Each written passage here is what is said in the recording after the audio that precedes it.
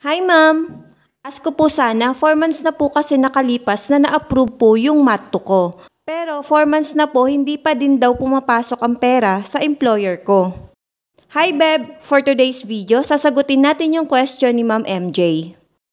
Beb, kung nakapag-file na ang employer mo ng maternity reimbursement or MAT2 at ito ay approved na 4 months ago, ibig sabihin, may na-receive ka na email notification galing sa SSS gaya nito, na dapat mong i-confirm ang advance payment of maternity benefit from your employer.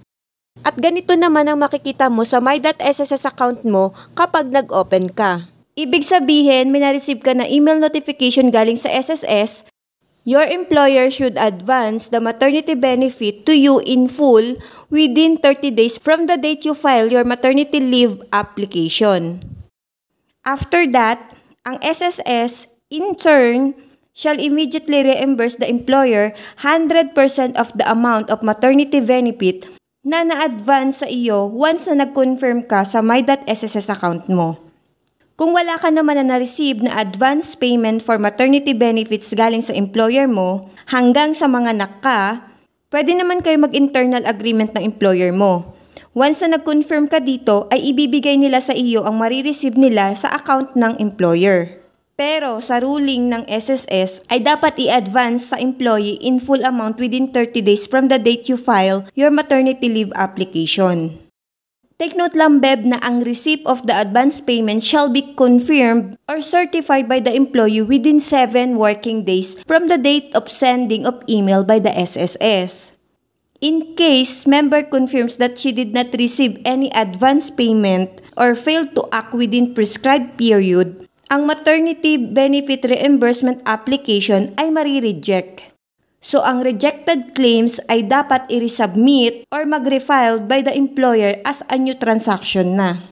Now, may another way para ma-check mo kung ano ang status ng maternity benefits mo. Sa portal mo, i-click lang ang inquiry, go to benefits, and proceed to sickness maternity, and select sickness maternity claim info.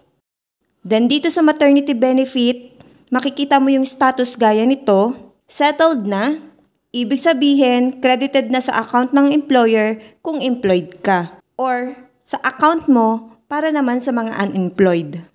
Pwede mo rin naman ma-check dito sa BPR maternity and click this. I-click mo lang itong reference number, and dito sa baba makikita kung credited na. If ever na-credited na ang maternity benefits mo, ipakita mo lang yun sa employer mo, baka na-overlook lang nila sa account nila. Beb, i-explore mo lang yung my.sss account mo, makikita mo lang din dyan. Sana'y nasagot ko ang iyong katanungan. Thank you and God bless. Follow for more.